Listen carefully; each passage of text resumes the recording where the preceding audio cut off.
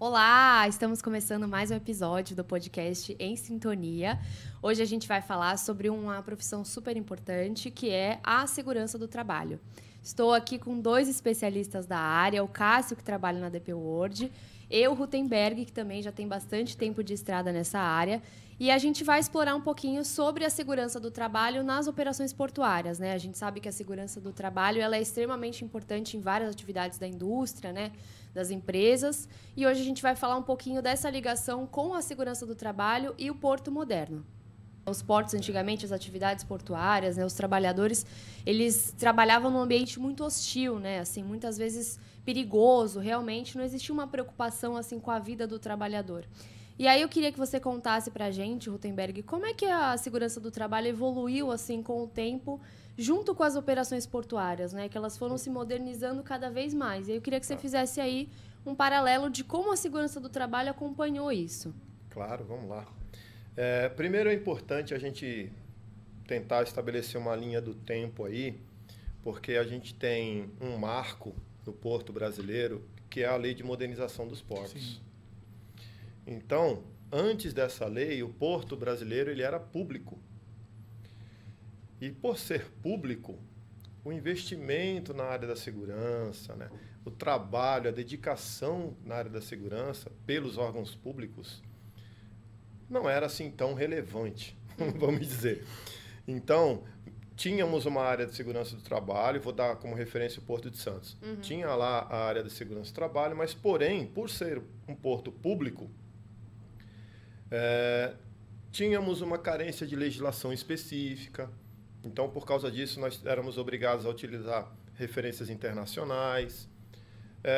Nós tínhamos também os trabalhadores que, por ser de novo, uma atividade pública, a cobrança já não era tanta, seja com relação à postura, à segurança do trabalho, à produtividade, à formação, capacitação.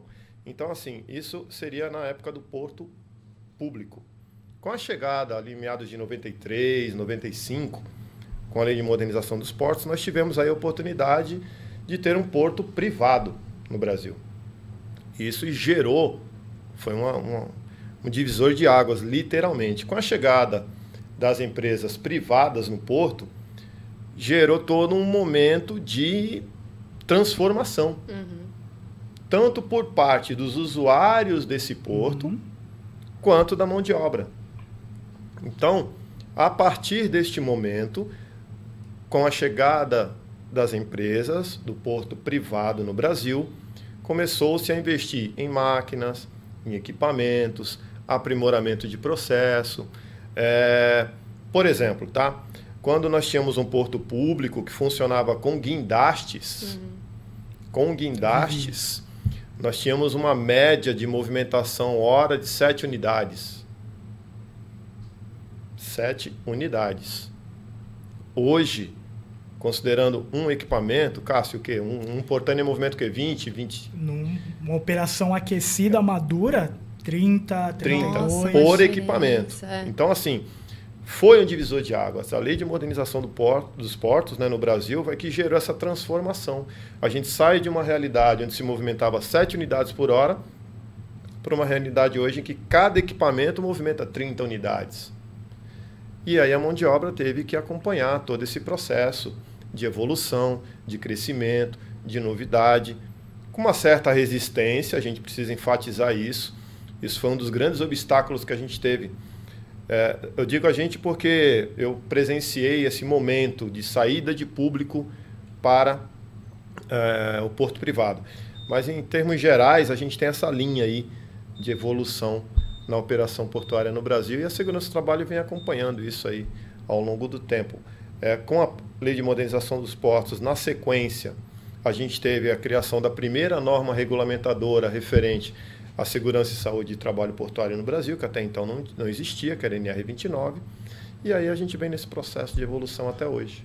Eu ia comentar justamente isso, né? Antigamente não existia um investimento grande no treinamento, né? Na capacitação, para que esses trabalhadores estivessem conscientes do que eles têm que fazer ali na atividade, como eles têm que se proteger, quais são os riscos, né, que existem. até assim, eu não sei se você saberia dizer isso, mas os equipamentos de proteção, né? Os EPIs, eles eram outros, imagino eu, né? Isso também deve ter se aprimorado, enfim. O que acontece é o seguinte, naquele processo de porto público, o navio, entre as taxas que se pagavam na época e se pagam até hoje, tem uma taxa específica para a questão da segurança do trabalho. Porém, na época, os estivadores, eu estou usando estivadores aqui de forma geral, tá? Para englobar todos os trabalhadores, não faziam uso desse tipo de equipamento. Por quê? O sindicato era o responsável por escalar e organizar esse trabalho. E o sindicato, na época, não tinha o conceito de investir na segurança do trabalhador. Então, utilização de equipamento de proteção na área portuária chegou junto com o porto privado. E mesmo assim com uma forte resistência. No começo era muito difícil, porque na época do porto público não existia essa cultura, nem de se utilizar equipamento, nem de praticar a segurança do trabalho. Isso foi uma consequência da chegada do porto privado no Brasil. E aí, até traçando um paralelo, você falou agora do porto privado, a DP World Santos, existe, né, muito essa preocupação desde sempre, né, assim, desde o início da empresa, com a segurança, para que as pessoas estivessem treinadas e, enfim, conscientes, tendo atitudes seguras. Uma série de campanhas, né, foram realizadas. E aí eu queria ver com você, Cássio, assim, que está lá há muitos anos, né, desde 2012. Como é que você acompanhou esse processo desde o início, né? Porque você entrou antes mesmo das operações começarem, né? E como é que você viu conforme as pessoas foram chegando e mais pessoas sendo contratadas e as operações expandindo em infraestrutura e também em diversificação de operações, como é que você viu essa evolução da segurança dentro da DP World Santos? Assim, por ser uma multinacional, por exemplo, né? Isso também vem muito forte porque a DP World já operava vários negócios ao redor do mundo, então já tinha essa diretriz de segurança, mas aqui em Santos, como é que foi para você? Antes, Aline, muito boa a pergunta, mas antes eu vou fazer o mesmo paralelo que o Rotenberg fez. Não vou tão longe, né, porque eu não tenho a mesma idade dele. Ele quase foi na primeira caravela que atracou aqui no Porto de Santos para colocar, que inclusive ele presenciou, né? Então, mas olha, a primeira caravela não, mas a montagem do primeiro portão no porto, eu assisti. Tá vendo? Ele viu como 97. Eu comecei na área de segurança um pouquinho depois, comecei em 2007, 2008, e aí eu comecei como consultor e trabalhando com treinamento, e o meu primeiro trabalho como técnico em segurança, na ocasião, foi no outro terminal portuário da região, na margem direita. E aí eu conheci o trabalho do Porto e eu conheci o que eu senti ali? Uma resistência muito grande a protocolos, a ideias, quando eu tentava compartilhar um pouco de responsabilidade. Ainda existia aquela visão naquele momento da minha carreira que segurança do trabalho era trabalho da segurança, praticamente. Sim, queria inclusive falar sobre isso. E às vezes a estrutura do ambiente naquela passagem profissional ele dificultava. Para você ter uma noção, assim, para exemplificar isso que eu estou falando, a segurança do trabalho ela ficava numa sala onde, quando se movimentava a tampa do porão do navio, as pessoas da segurança do trabalho tinham que sair da sala porque a tampa passava em cima da sala. Nossa. Então, já tinha certas... Embora existisse uma intenção, existe uma limitação mesmo de layout, limitação física para implementar algumas coisas. Quando eu saí desse terminal, eu fui para a indústria. Quando eu cheguei na indústria, nossa, eu já consegui aplicar um monte de coisa que até então eu tinha imaginado que no porto era impossível de se fazer. Era uma indústria no porto também. E aí fiz mais algumas outras coisas, mas enfim, o paralelo que eu queria traçar é quando eu saí dessa indústria e fui para a Deep World. Quando eu cheguei na Deep World, eu iniciei lá em 2012, na época de projeto ainda, na construção de terminal. Ainda em obras, ainda né? em obra. Sim. E qual foi a grande sacada? Eu digo que a Deep World ela conseguiu nascer com as soluções para alguns problemas que a região já tinha. Então, ela veio com algumas soluções de infraestrutura mesmo. Então, a gente conseguia discutir lá em 2012 como que a gente ia deixar um local específico para o motorista parar para travar ou destravar o container sem interagir com a operação. Então, a gente conseguiu fazer com que o layout do terminal comportasse isso. E aí veio o primeiro desafio. construímos um terminal com uma estrutura que permitia que a segurança acontecesse, e aí chegaram as pessoas. Começaram a chegar as pessoas. E o nosso primeiro desafio foi... O nosso terminal, ele veio com muitas referências internacionais, pela Deep World ser uma multinacional. Então, a gente conseguiu muita solução de infraestrutura, porém, a gente começou a captar profissionais da região, que também experimentaram aquela mesma mentalidade que eu tive no início da minha operação, da minha experiência no Porto, de que muita coisa não funcionava. Então, foi muito rico ver como a gente conseguiu transformar essa ideia de que segurança não é um papel da segurança, de que segurança é um trabalho em conjunto, como a gente conseguiu incorporar isso às nossas operações, porque a gente também não começou em plena capacidade. De lá para cá, a gente começou operando container, depois a gente foi diversificando um pouco de carga, depois foi montando um pátio de containers de vazio, depois foi montando um armazém de celulose. Então, a gente foi crescendo, só que a gente conseguia, cada passo novo que a gente dava em rumo ao nosso crescimento, levar junto aquilo que a gente já tinha construído em termos de soluções de segurança para a estrutura, mas também de preparar a mentalidade das pessoas para pensar em segurança como um elemento a mais na tomada de decisão do dia a dia. Então, o que a gente procurava trabalhar nas pessoas? Quando precisava desenvolver uma atividade nova, o cliente demandou uma coisa nova, ele tinha que pensar numa forma de entregar aquele serviço com qualidade, ele tinha que manter performance, mas ele também tinha que usar a segurança a favor dele para que a segurança contribuísse para a performance e para a qualidade final daquele cliente. Então, a gente começar a tentar... O desafio foi conseguir incluir a mentalidade de segurança dentro desse processo. Não ser uma coisa que é vista por fora, como um elemento externo. E foi muito, muito rico, foi muito transformador, assim, viver essa década lá, viver esses últimos 10 anos, por justamente ver essa mudança, essa evolução, essa curva de aprendizado, de maturidade, não só em temas de segurança, mas em temas de qualidade, temas ambientais, temas de saúde, conseguir ver como o terminal conseguiu assimilar tudo que ele vinha, à medida que ele vinha crescendo, as coisas ficarem, como posso dizer, alinhadas àquilo que já havia sido desenhado e conquistado até então. Então, assim, acho que respondendo essa pergunta foi muito... Foi rico, foi desafiador lidar nesses estágios de diferentes maturidades, diferente maturação, mas eu digo que hoje a gente conseguiu alcançar um estágio que a gente está em evolução ainda, a segurança acho que é uma busca contínua, mas a gente hoje, olhando a região, a gente consegue pontuar algumas práticas que nos colocam um passo um pouco à frente de como a gente consegue responder alguns riscos que são inerentes à operação de um porto. Ô Cássio, desculpa, só uma coisa, me tira uma dúvida. Nessa questão da chegada do porto privado no Brasil, vamos falar do Porto de Santos, né? Legal. Foi o primeiro terminal construído, não foi? Sim. Foi a primeira posa dos portos. Então eu queria chamar a atenção para isso. Foi o primeiro tupi. Quando ele fala de desafio, é porque o que aconteceu? Teve a modernização dos portos, aí você vai licitações, arrendamentos e tal... E aí você fala, bom, e agora? E agora vamos construir um terminal. É isso aí. Então, quando eu falo de desafio, eu falo de desafio porque eu tive o privilégio de ir na obra lá, na época, que ele me recebeu lá. Ele foi de caravela, tá? Ele chegou lá. Ele não tá deixando barato você. Você percebeu. Então, assim, o desafio que ele se refere foi uma coisa assim meio que inédita. Vamos dizer, se você falar do maior porto da América Latina... Está falando literalmente da construção do primeiro terminal. Porque os outros foram arrendamentos. Então, construir o terminal era uma inovação total.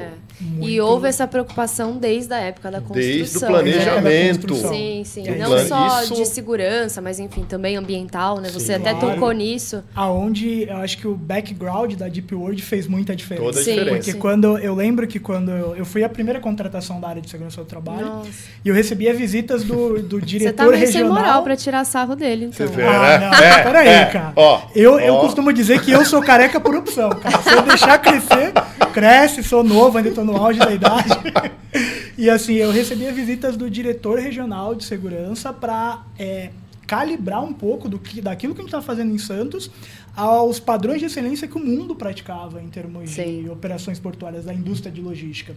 Então, o suporte que trabalhar numa multinacional também te propicia, de benchmark, de poder pegar o telefone, ligar para um colega de outro país, ligar para um colega do Peru, e entender mais ou menos quais soluções que eles conseguiram encontrar lá para aplicar alguns protocolos que a gente tinha de referência, também ajudou, onde eu acho que é um trabalho que foi um trabalho árduo, mas eu acho que nunca foi um trabalho sozinho, sempre foi um trabalho em grupo mesmo, sabe? Tanto enquanto unidade de muitos setores trabalhando, e quanto região mesmo, as Américas, a gente sempre se ajudou muito. E o fato de ser tudo novo, né? Tem mais uma questão que a DP World contratou pessoas para operar sem experiência, né? Então, assim, as pessoas realmente vieram, como que eu vou dizer, sem histórico, né, de porto, assim, vieram folha em branco. É isso aí. Então, isso ajudou a construir também uma mentalidade de segurança, porque a pessoa estava começando naquela função, né? Assim, a gente formou as primeiras equipes operacionais sem que eles tivessem experiência no porto. Então, assim, a gente capacitou e a segurança veio nessa vertente muito forte, né? De você operar com segurança. Eu lembro, Aline, quando eu trabalhava no segmento industrial, eu tinha a percepção de que existia uma disciplina operacional muito mais afinada, porque eu entendia que as pessoas elas tinham uma percepção do risco que estava inerente naquele processo. Então, ela sabia que numa fábrica tem uma correia passando, ele não pode se aproximar muito daquilo, porque ele entendia o efeito daquilo a curto prazo, como que aquela interação não seria benéfica para ele. Sim. Então, o grande desafio foi pegar esse pessoal, que estava vindo de muitos segmentos diferentes, e eram segmentos lojistas, não necessariamente segmento industrial ou portuário, vieram de N segmentos mesmo, e a gente conseguir calibrar essa percepção neles, para que eles conseguissem entender quais eram os principais pontos de atenção naquele ambiente novo que eles estavam chegando, naquela atividade nova que eles estavam desenvolvendo, e não tem como seguir outro caminho para alcançar isso, a não ser capacitação. Então, a gente treinou muito, acompanhou muito, desenvolveu, mentorou. Então, acho que foi um trabalho muito... eu não diria nem em 4 mãos, eu diria que todas as mãos da Deep World, todos os departamentos, não só segurança, departamento de pessoas, comunicação, sempre apoiando a gente com estratégias muito criativas para a gente se aproximar das pessoas, com ideias muito diferentes de campanha. Eu acho que todo esse arcabouço de abordagens fez com que a gente conseguisse ter uma curva de aprendizado muito legal dessas pessoas que estavam vindo de outros segmentos para uma operação tão complexa quanto é um porto. Agora, a gente sabe que o técnico de segurança, né, a pessoa de segurança do trabalho, ela é responsável por fazer essa análise de riscos, né, entender o que é perigoso, enfim, como se pode evitar, construir um plano de ação. Mas como é que a gente atribui a responsabilidade de segurança para as pessoas que não estão na área de segurança? Então, por exemplo, acontece, assim, às vezes, das pessoas esquecerem de pensar em alguma atividade voltada para a segurança, né? Então, eu estou planejando alguma coisa, alguma ação, alguma operação, que nem você falou, e você tem que envolver a segurança em todas as etapas. Mas, assim, como é que uma pessoa de uma área qualquer, do financeiro, ou, enfim, que trabalha em qualquer área que não esteja diretamente ligada às operações, como é que ela é responsável pela segurança dela e de outras pessoas dentro de um terminal portuário?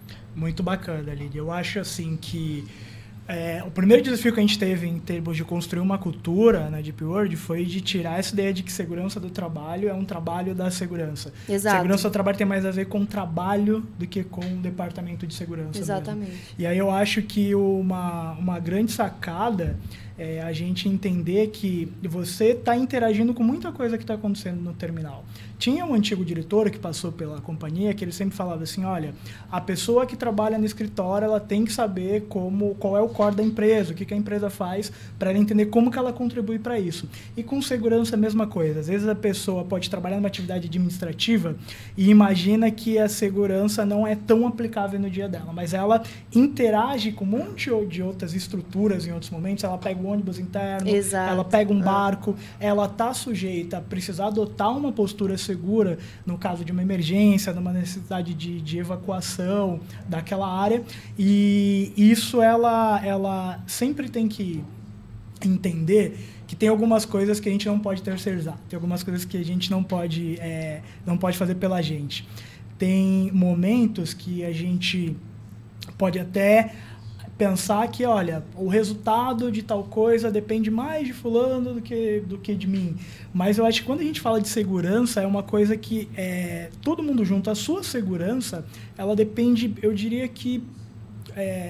acho que muito de você, não vou nem colocar um percentual, mas depende muito de você. Porque nem sempre você vai ter uma pessoa de segurança do seu lado te assessorando para tomar a melhor decisão. Você sempre vai ter momentos da sua atividade que você vai estar ali, e é onde entra todo o trabalho de segurança que foi feito pelos profissionais anteriores de desenvolver, calibrar esse olhar para que você consiga pensar de uma forma um pouco mais segura e uma forma um pouco mais integrada às rotinas assim, do que você faz. Você incorporar segurança no seu dia a dia. Eu tinha um amigo que ele falava o seguinte, cara, um exemplo de segurança é quando, por exemplo, um funcionário administrativo chega para trabalhar no computador. Se o computador dele não funcionar, se a tela não ligar, ele vai ficar incomodado. Ele vai procurar UTI, ele vai procurar fazer alguma coisa. E a mesma coisa é um caminho muito, muito parecido com segurança. Quando a gente conseguir desenvolver isso nas pessoas, das pessoas conseguirem entender que quando uma situação, uma condição de segurança não está adequada, por mais que você não esteja interagindo com ela, você entender que você tem um papel fundamental em construir aquilo também. Acho que segurança é uma coisa que sai um pouco do departamento, sabe? Acho e assim, é uma construção dia após dia, né? Uma mentalidade que tem que estar em todo mundo, né? Não dá para achar que o técnico de segurança é o cara que vai apagar o incêndio depois que ele já aconteceu, né? Sim. Tem que existir essa preocupação diariamente de todo mundo, de enfim, percorrer pelo caminho correto, enfim, não fazer coisas erradas, coisas que possam colocar outras pessoas em risco, né? Não deixar de usar um equipamento que seja necessário numa operação, não tomar decisões precipitadas, que é uma coisa que a gente, inclusive, reforça bastante, né? Parar e pensar se aquilo que você está fazendo é o certo, né? Se vale mais a sua segurança do que o resultado, né? Do que a sua produtividade. Então, esse assim, mesmo que o porto seja um ambiente onde as pessoas são realmente cobradas por resultado, que nem o Rutenberg falou agora pra gente, que antigamente se movimentava 7 unidades por hora, e agora a gente está falando de 30, mais de 30. Mais de 30. Então, assim, a gente vê que as operações evoluíram e a cobrança por resultado também, né? Os portos, os terminais, eles querem entregar mais, eles querem produtividade, é isso que faz a roda girar. Mas, independente disso, e mais importante do que isso, é a segurança das pessoas, né, que estão envolvidas nessas operações. Verdade. No porto, um ambiente, enfim, extremamente perigoso, embora as coisas sejam muito modernas hoje, a gente sabe que existe risco em tudo, né? A gente está falando de equipamentos com mais de 120 metros de altura, né? Máquinas pesadas, enfim, coisas que têm carga elétrica gigantesca. Então, assim, tudo é muito perigoso, né? E não só na área operacional, também na área administrativa. Qualquer atividade tem riscos inerentes, né? Então, eu acho que por isso que é tão importante que todo mundo tenha esse olhar voltado para o pré e não só para depois que acontece uma catástrofe, né? Um problema. Eu queria falar sobre alguns acidentes que marcaram assim a história, né, para a gente fazer uma associação com a questão da segurança.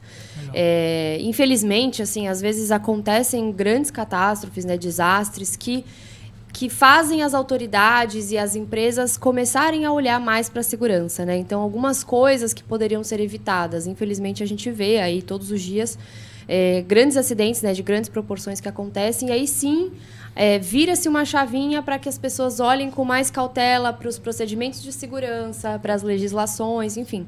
Vou trazer um exemplo aí bem antigo, bem antigo, né? Só pra gente... deve conhecer, então. Você tá me excluindo. Só pra gente brincar. Então. Só pra gente brincar, que foi o Titanic, né? Então, assim, o primeiro navio, assim, talvez o que as pessoas mais tenham essa memória viva, né? Por conta da história, enfim, do filme, que foi o naufrágio desse navio, que marcou, enfim, e a partir disso que houve uma revolução na legislação marítima, enfim, mundial.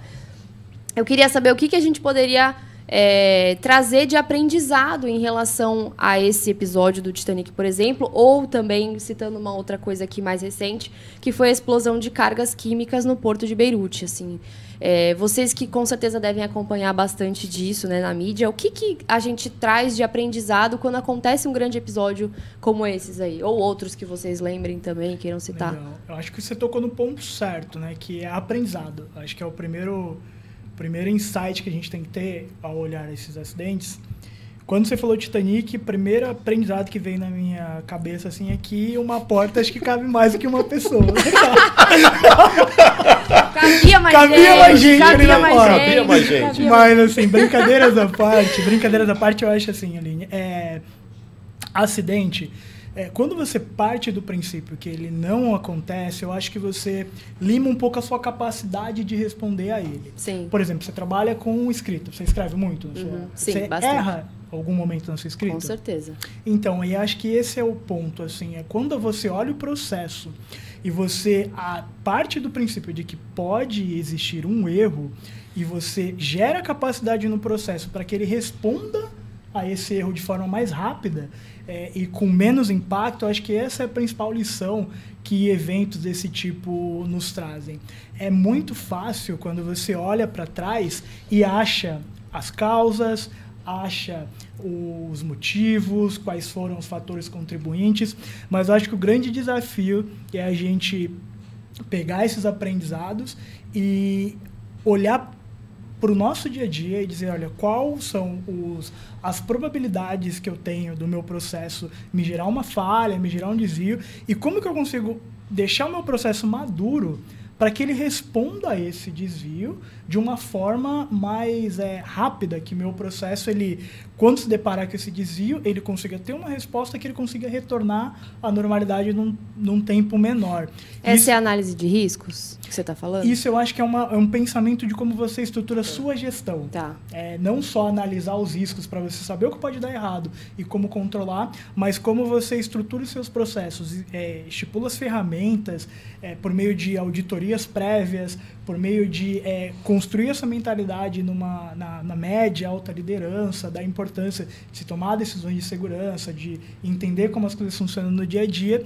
Eu acho que isso vai gerando com que você cria uma estrutura de segurança com barreiras para tentar minimizar um pouco o efeito de eventos como esse que você falou. E às vezes a gente confunde muito segurança. Assim, segurança não necessariamente é ausência de acidente.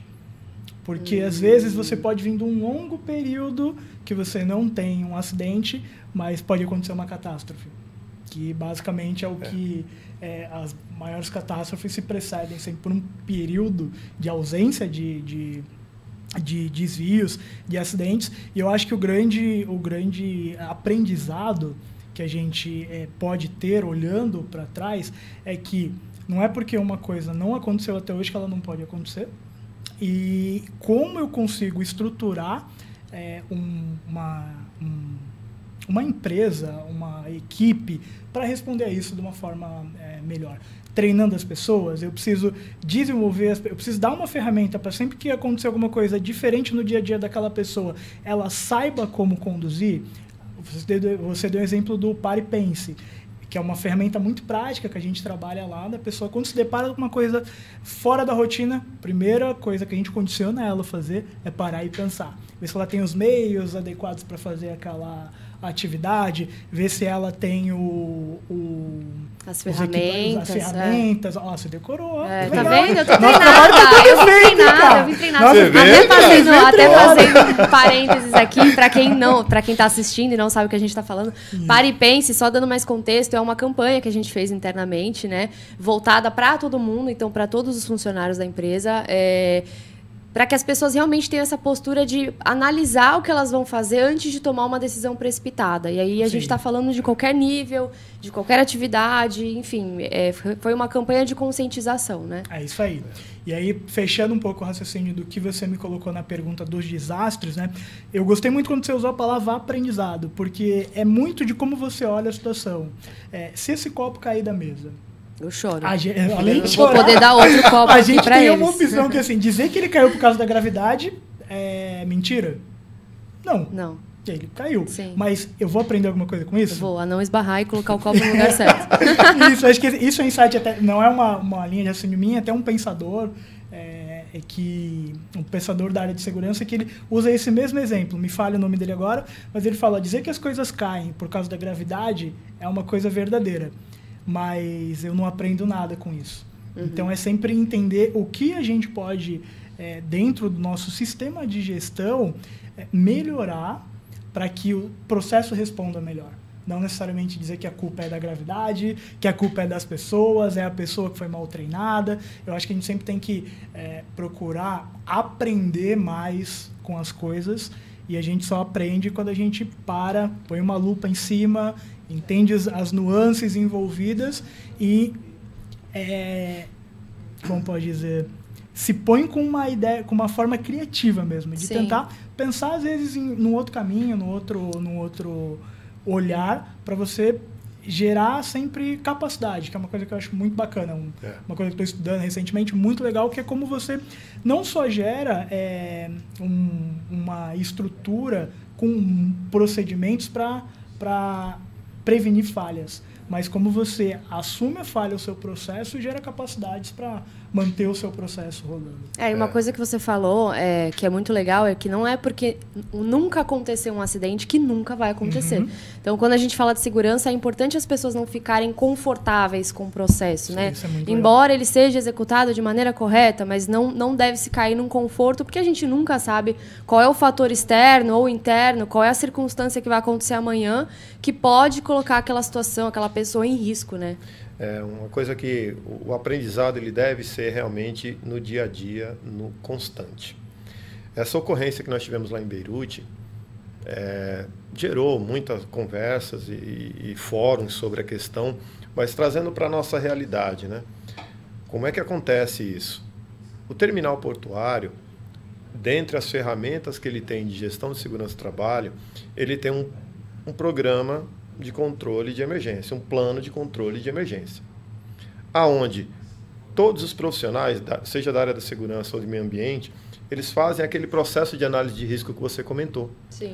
Dentro desse processo, eles tentam identificar cenários de emergência. Explosão, vazamento, derramamento de um produto, um atropelamento. Identificando esses cenários, eles, numa segunda etapa, eles vão fazer uma análise um pouco mais criteriosa desses cenários. Olha, qual é a probabilidade de acontecer? Qual é a severidade desse cenário? Em cima disso, é feito o plano de controle de emergência, os procedimentos de resposta, e os brigadistas da empresa são treinados em cima desse plano. E que é atualizado pelos profissionais de forma assim periódica, anualmente ou bianualmente, né? Então, é muito importante esse aprendizado, até porque nós temos no Porto de Santos armazenado o mesmo produto que gerou a ocorrência de Beirute. Sim. E até por isso chamou tanta atenção, né? Muito maior. Pra vocês terem uma ideia, pessoal, lá estima-se que era um pouco menos de 3 toneladas, 3.000 toneladas, eu acho. Nós recebemos um navio com 30.000 toneladas. Que descarrega no porto. Então, assim, temos que aprender e muito. Vocês lembram de algum outro desastre, assim, de memória mesmo, que tenha chamado a atenção no quesito de segurança? Assim? Recentemente, esse na empresa de tanques ali na margem direita, né?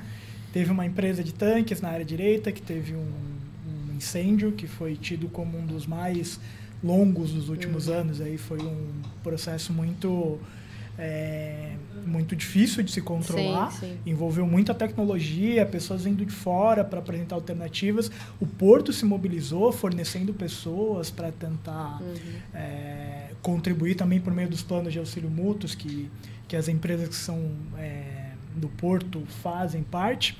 E esse é um exemplo de um caso também. Exemplo de um caso marcante, memorável, assim, que ficou...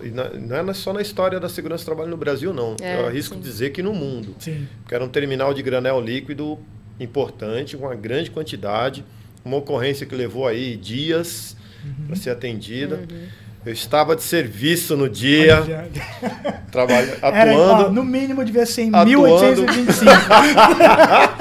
Eu estava atuando num terminal de granel sólido, de grãos, e aí na hora da ocorrência eu estava com o rádio do PAN, do Plano de Auxílio Mútuo, eu recebi o comunicado da ocorrência, entrei no carro, já fui, só que eu estava numa outra extremidade, eu estava no corredor de exportação. Então, chegamos lá e aí é um negócio muito curioso. A gente estava comentando agora de aprendizado, né? Quando eu cheguei com a equipe lá, a primeira coisa que me responderam é: ninguém vai entrar. E você olhava, fecharam a rua, fecharam as vias e tal. O que tinha de profissional de segurança, de brigadista, até para atender o chamado do PAN, era uma coisa impressionante. Porém, não se tinha histórico desse tipo de ocorrência. Não se tinha know-how nesse tipo de coisa. Pra vocês terem uma ideia, foi a primeira vez que eu presenciei o uso de um drone para fazer uma análise de risco. Quando eu vi aquilo, eu falei, nossa, cara. Que hoje em dia é comum. Nossa, hoje em dia é comum. Hoje em dia é comum, mas na ocasião foi a primeira vez que eu vi. Primeiro eles fizeram uma análise de helicóptero, e aí imagino que não ia rolar ficar passeando de helicóptero, né? E aí chegou-se ao uso do drone. E quando eu vi a primeira, eu falei, nossa, cara, que coisa legal, né? Então, assim, aprendizado, sim, constante, contínuo. É uma ocorrência que é falada até nos dias de hoje, que gerou uma discussão, inclusive, no CREA lá com a gente, no grupo lá do CREA de Santos. Foi feita uma análise profunda daquela ocorrência lá, que gerou documentos e alteração de normas. Então, assim, é o aprendizado, dia após dia. E com a evolução do porto e da tecnologia do porto, a gente tem mais é que correr atrás mesmo. É isso aí. Senão... E aí eu queria até puxar... Para quem não conhece o Porto, assim, né? Para quem não conhece muito sobre as profissões do Porto, quais são as atividades assim mais perigosas que tem? Assim, pensando que a gente está falando de máquinas enormes. A gente tem equipes de manutenção, enfim, claro, né? Que tem que subir lá na lança de um portainer, por exemplo, né? Que é o equipamento que faz a movimentação da carga do navio para o pátio. Para o cais, como é que é isso? Assim, quais são as profissões que oferecem mais risco? Olha, eu diria que assim, o que a gente sempre buscou controlar, que era o ponto que sempre mais nos preocupou, é a interação entre pessoas, máquinas, veículos. Esse é um ponto que sempre nos deixou muito preocupado e sempre fez com que a gente nunca baixasse a guarda. Então, a gente hoje tem um terminal que tem um pátio onde é proibido ter pessoas andando. A gente tem uma preocupação muito grande com isso. Então, existem funções, acho que você abordou muito bem, as dos mecânicos que fazem intervenções em equipamentos pesados, equipamentos muito robustos, que envolvem eletricidade, envolve muito cabo, envolve muito elemento rotativo. Esse é um dos. E temos os estivadores, que são as pessoas que vão trabalhar a bordo do navio. E o que é o diferente para o estivador? É porque ele, embora tenha uma linha base do que esperar num navio, cada navio é singular. Os navios não são padronizados. Então, a gente tem alguns protocolos para tentar, antes de começar a operação, fazer uma inspeção para tentar ver o que precisa ser adequado, mas assim, é uma função que está muito exposto a uma dinâmica muito constante. Ele trabalha num navio, daqui a pouco sai, vem outro navio, e isso eu acho que é uma função que está exposta bastante a esse fator de se adaptar, de sempre ser criativo, buscar soluções de segurança para contextos novos que vão aparecendo, uma carga diferente. Então, temos os operadores de equipamento, que são os ITVs, que são pessoas que trabalham... São as carretas, são as carretas, né? A pessoa trabalha numa jornada onde ela usa o caminhão, interage com motoristas externos, passa perto de máquinas. Então, o risco de colisão ele existe, onde todo o trabalho, existe um trabalho para controlar isso, de engenharia de tráfego, para a gente avaliar a capacidade das vias, para tentar fazer com que essa interação ocorra de uma forma mais sadia. Mas acho que são os principais pontos assim, que preocupam a gente quando a gente fala do complexo portuário. Interação de pessoas e máquinas, movimentação de cargas e intervenções de manutenção. E o técnico de segurança, ele está sempre a bordo quando chega um navio? Assim? Legal. Hoje Qual é a atividade Hoje, dele? Na nossa estrutura, a gente tem técnicos de segurança que seguem o turno. Então, cada turno tem técnicos de segurança que acompanham. E qual o papel, o dia a dia de um técnico de segurança? Ele começa, vai no DDS, que lá a gente chama de toolbox, porque porque a gente é chique, né? A gente fala inglês. A gente fala inglês, né? A gente é fala bilíngue. inglês, então tá. É inglês. Ele vai pro toolbox, né? Tem que falar com sotaque, entendeu? Que basicamente é onde eles discutem a programação do dia. Ali no toolbox ele consegue entender qual navio vai operar, qual tipo de carga, se vai ter algum trabalho atípico no pátio. E aí ele vai priorizar o que ele avalia naquele dia como sendo um cenário mais crítico. Olha, o navio atracou, ele vai a bordo do navio, faz uma inspeção inicial quando o navio atraca no turno dele, quando já está atracado ele sobe para formar uma opinião de como está a condição de segurança naquele navio.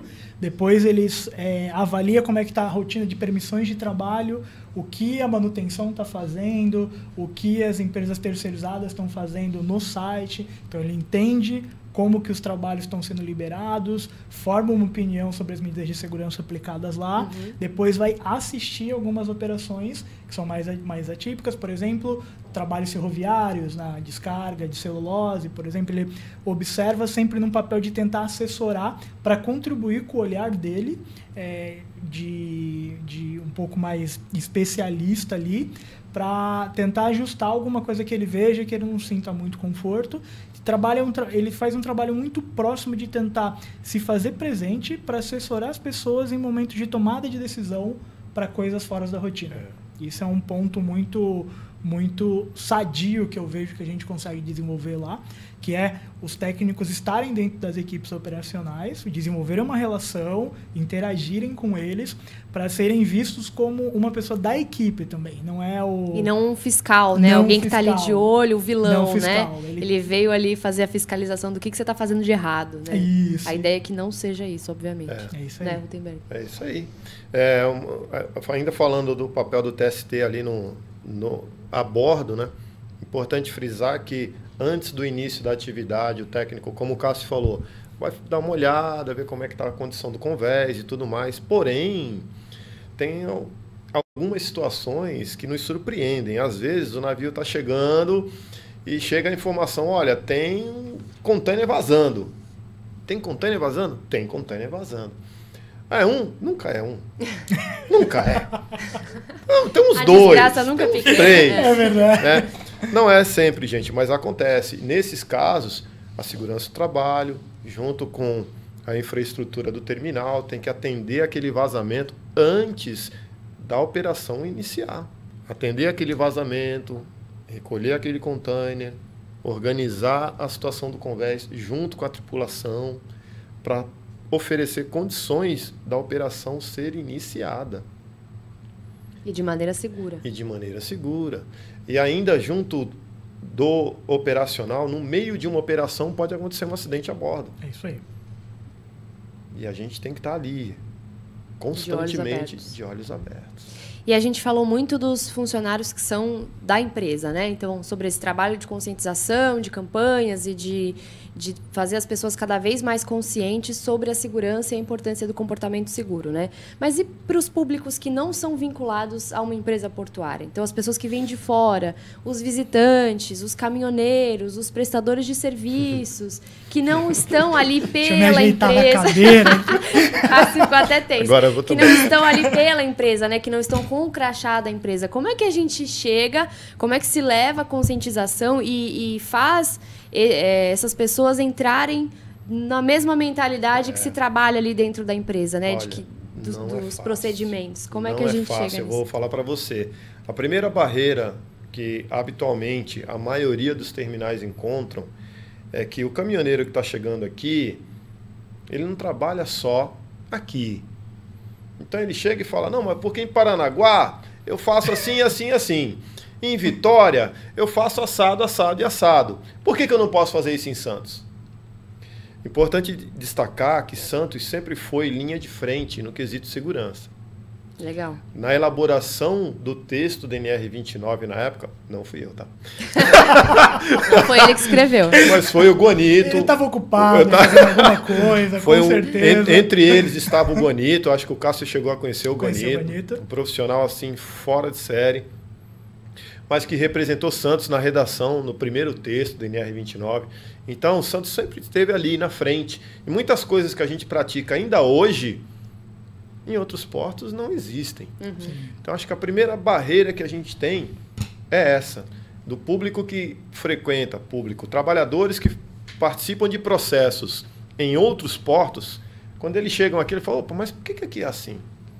Então, essa é a primeira barreira que a gente tem, porque a gente toma frente de algumas condutas, de alguns protocolos, alguns procedimentos que a gente faz aqui e em outros terminais, em outros portos não acontecem. E eles estranham muito. E a rejeição é um processo natural. É difícil, né, superar essa rejeição. Esse é o primeiro obstáculo que a gente tem. Segundo, eles estarem dentro do nosso processo. Querendo ou não, cada terminal tem um processo diferente do outro. A atividade é a mesma, é container, mas não importa. Na margem esquerda se faz de tal forma, na margem direita se faz de outra forma. No terminal tem bolsão, no outro não tem. No outro é no rádio, no outro é no outro é no falante gritando no meio da rua, num retroporto aqui de Santos. Claro. Então, assim, são processos diferentes e que é um outro obstáculo, né, que eu vejo para esse público que vem de fora e que quer entrar e que quer trabalhar. Num terminal eu não posso descer do caminhão. No outro pode. Bom exemplo. Essa é uma briga que a gente tem antiga. É uma briga. Não, mas por que aqui não pode se no terminal tal pode? Então, assim, aos poucos, até pela inter-relação que os profissionais de SESMIT do terminal têm, uma delas através do PAN, um vai se falando com o outro, pô, como é que está fazendo isso lá? Como é que está fazendo isso aqui? Mas ainda não atingimos de forma homogênea algumas práticas. Mas eu acredito que a gente chega lá. Com certeza. Vai, Cássio, solta o velho. Deixa eu respirar. Traz mais água. Vamos lá, pega mais água aqui. Mas vamos lá. Realmente, eu acho que assim, tudo isso que o Rotenberg colocou, a gente vivenciou na prática. Mas acho que é muito de como você encara e quais os desafios que você escolhe para você como carreira. Porque, por exemplo, a gente é uma empresa que a gente escolheu ser um facilitador da logística global. Então, a gente hoje não interage com o cliente final, a gente presta serviço, mas não interage com o cliente final. Mas quando a gente recebe um motorista externo na nossa instalação, eu acredito que a gente tem que olhar ele como uma parte também do processo, e ele é uma parte chave do processo. Sim. Ele conecta a gente diretamente com o nosso cliente, então a gente tem que pensar na satisfação dele também. E quando a gente fala de satisfação versus cobrar, é uma coisa que você precisa ser criativo, precisa achar um meio para fazer isso de uma forma que gere sinergia. Então a gente sempre procura pensar, cara, o grande desafio dentro de toda essa dinâmica, se esforçar, trabalhar para não enxergar as pessoas como problema, enxergar as pessoas como parte da solução. As pessoas sempre vão ser a solução dos problemas. Então, a gente pegando o exemplo do descer do caminhão, que é uma coisa que a gente vivencia. Então, lembra que eu comentei aqui de gerar capacidade num sistema de gestão? Então, como que a gente tentou gerar uma capacidade para o sistema de gestão da DPW para lidar com o motorista externo nessa questão?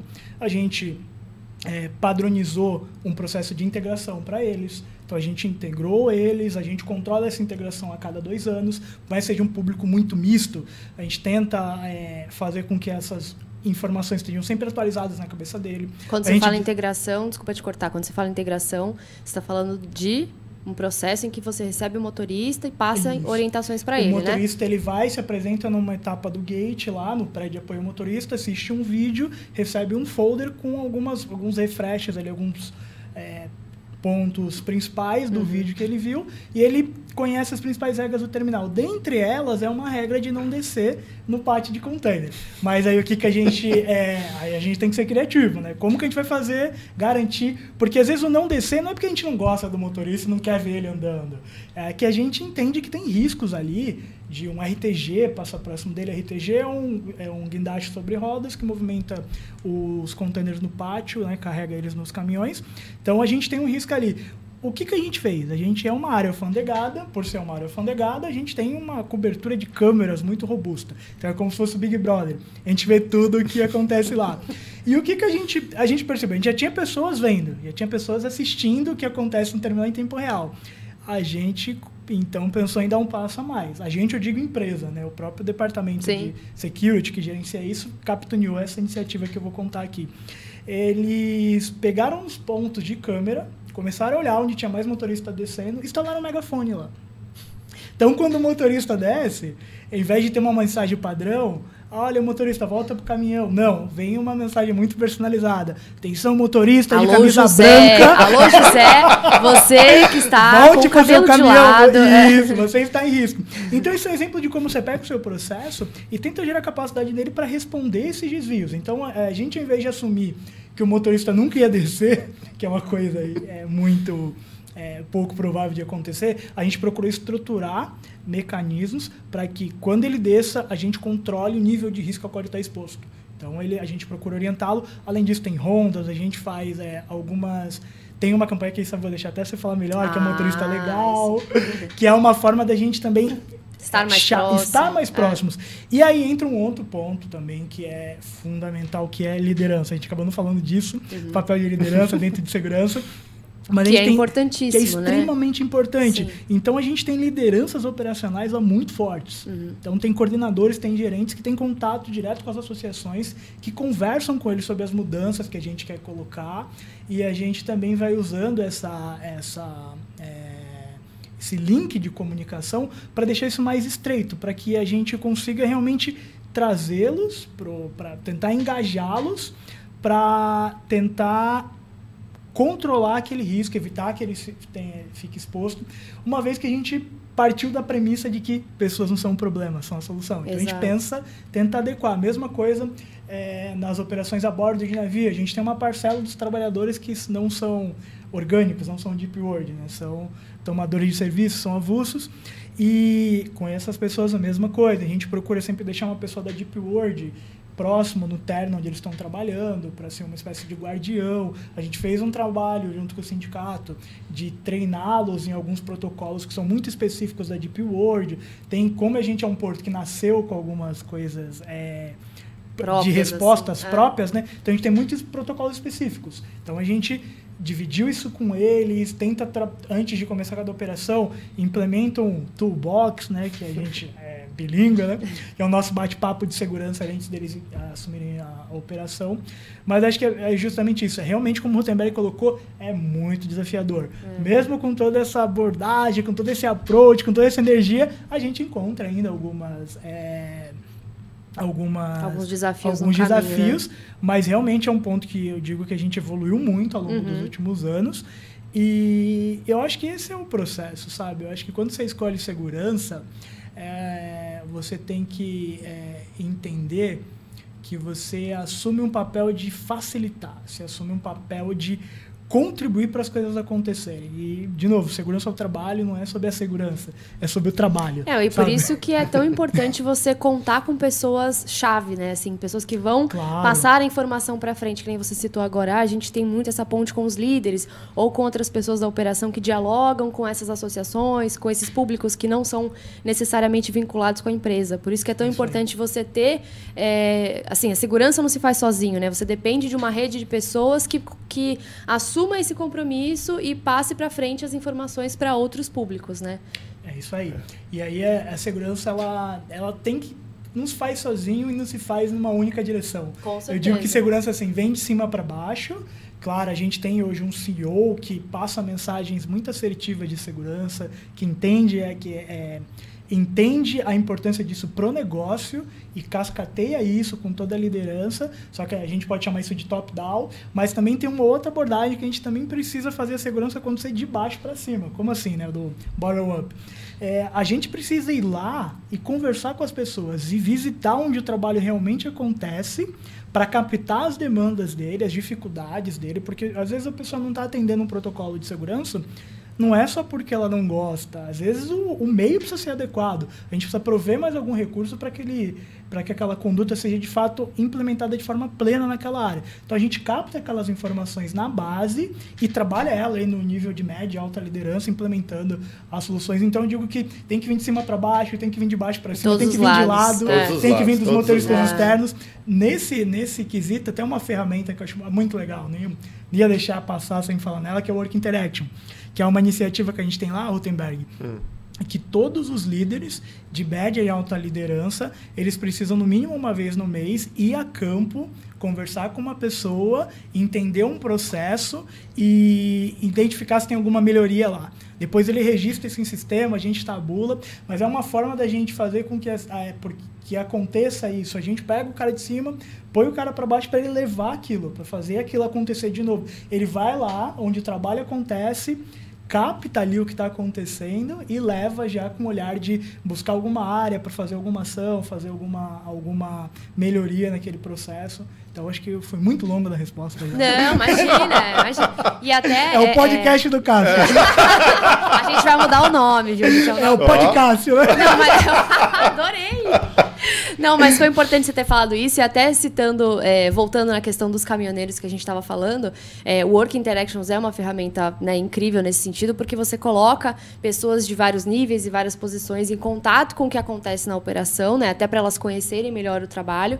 E em relação aos caminhoneiros, a gente faz o Motorista Legal, que é um programa dedicado a eles. Então, uma vez por ano, pelo menos, a gente abre uma estrutura dentro da empresa para receber esses motoristas, né, os motoristas que acessam diariamente o terminal, e ali a gente oferece uma série de serviços gratuitamente. Então, eles podem cortar o cabelo, aferir a pressão, fazer teste de visão, de glicemia, de colesterol, tudo isso gratuitamente. Assim, em contrapartida, a gente oferece a eles informações sobre segurança, que também é muito importante. Então, eles saem dali, né, com uma base do que pode fazer ou não no terminal e, ao mesmo tempo, usufruem desses serviços, né, voltados para eles, no caso. Legal. É uma troca, né? É uma troca. É uma troca. A gente está ali numa operação que a gente tem que também devolver para a sociedade com isso certeza. Que a gente conseguiu construir lá. Sim. É uma troca mesmo, uma via de mão dupla.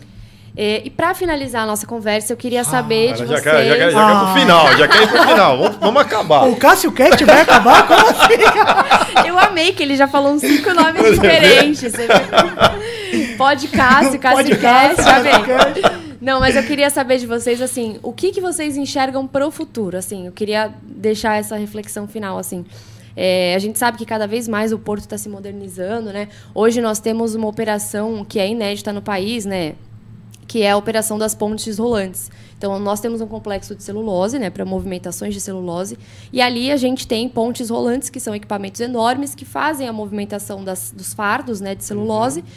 E esse equipamento ele é controlado à distância. Então, o operador ele não precisa estar lá dentro. A gente tem uma cabine, uma central de comando, né, vamos dizer assim, que fica longe daquele equipamento. E lá dentro a gente tem mulheres, tem homens, enfim, controlando por joysticks. Então, assim, é uma operação extremamente moderna, né? A gente vê, inclusive, muito mais segura, né? A gente não está expondo aquela pessoa a nenhum tipo de risco. Ela está dentro de uma sala climatizada, sentada na cadeira dela o dia todo ali. Então, assim, eu queria saber como é que vocês enxergam que a modernização das operações vai impactar na segurança do trabalho, assim, para melhor, logicamente, né? Antigamente a gente tinha carregadores de saco, aquela coisa antiga do porto, perigosa, que os nossos avós vieram desse cenário, né? Dessa história. E hoje não. Hoje a gente vê pessoas cada vez mais jovens na operação, muitas mulheres. Então, a coisa está mudando muito, né? Eu queria saber o que vocês enxergam assim em relação à segurança do trabalho. Eu vejo que isso vai...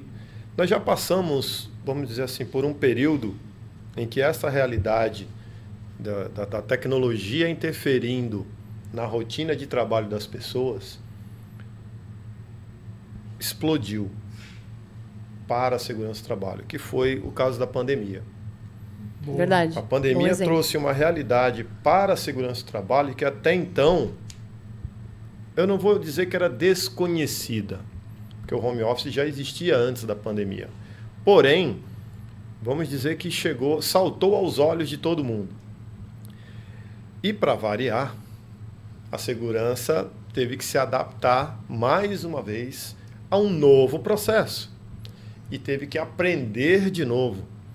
Então, como eu vejo? Eu vejo que, mais uma vez, a segurança do trabalho demonstra que o aprendizado ele é diário, ele é constante, ele é eterno.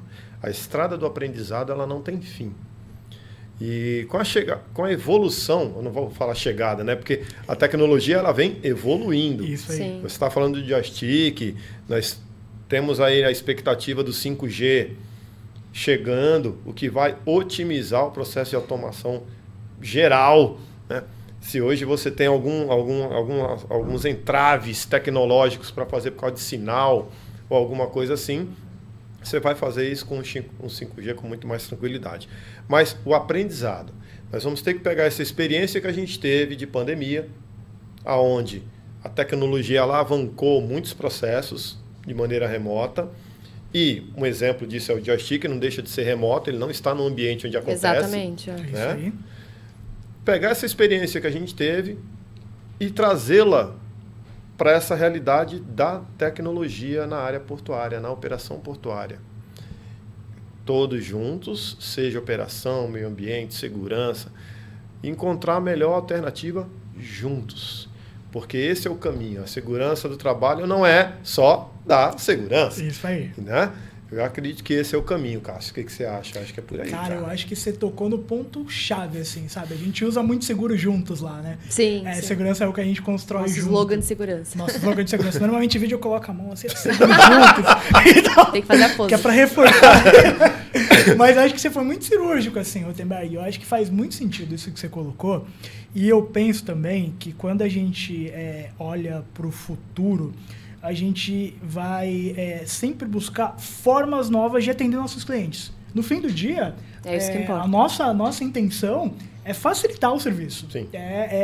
Soluções mais criativas. Tem algumas operações dentro do grupo, salvo engano é Box Bay o nome. Box Bay, Que a gente não tem pessoas, não tem operador. O equipamento ele é colocado como se fosse numa gaveta.